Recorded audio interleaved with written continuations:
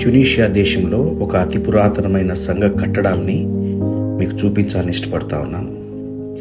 ఈ దేశంలో ఒకప్పుడు 2 నుంచి 5వ శతాబ్దాల వరకు క్రైస్తవ్యం ఎంతగానో వెలసిల్లింది. కొన్ని వేల మంది ఇక్కడ ఈ సంఘంలో ఆరాధిస్తూ వచ్చారు. చాలా పురాతనమైన కట్టడం.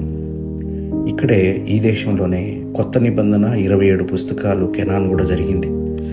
గొప్ప గొప్ప నాయకులు ఈ సంఘములో సేవ చేయడం జరిగింది. టర్టులియన్ అని చెప్పి, సిప్రియన్ ఆఫ్ కర్తేజ్, అగస్టిన్ ఆఫ్ హిప్పో అని గొప్ప గొప్ప దేవుని సేవకులు ఈ సంఘంలో పనిచేయడం జరిగింది. ఇక్కడ కూడా బ్యాప్టిజం పెద్ద పెద్ద తొట్టిలు ఉన్నాయి, చాలా పెద్ద హాల్స్, చాలామంది సేవ ఇక్కడ చేస్తూ వచ్చారు.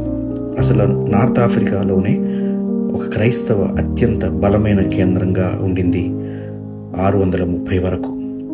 అక్కడ వరకు ఈ ప్రపంచంలోనే అతిపెద్ద సంఘాలు లైక్ యెరూషలేం ఏ విధంగా ఉండిందో, అలాగే ఈజిప్ట్ ఎలా ఉండిందో, అంతికోయ చర్చ్ ఎలా ఉండిందో, ఇక్కడ కర్తేజ్ అనే ఈ సంఘం కూడా ఇలా ఉండింది.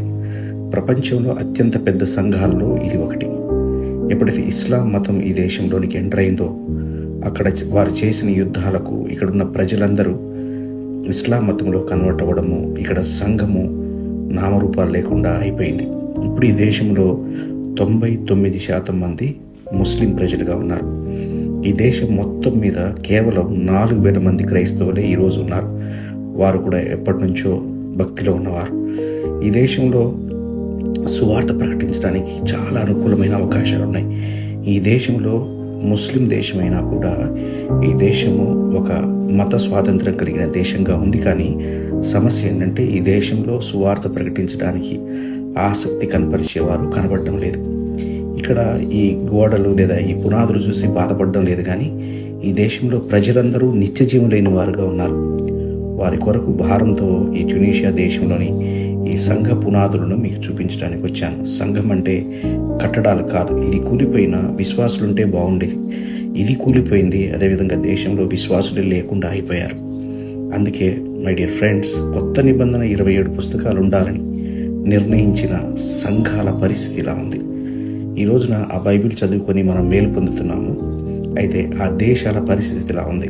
నార్త్ ఆఫ్రికాలో ట్యునీషియా అనే దేశము సంపూర్తిగా 99% మంది ఇస్లాంలో ఉంది.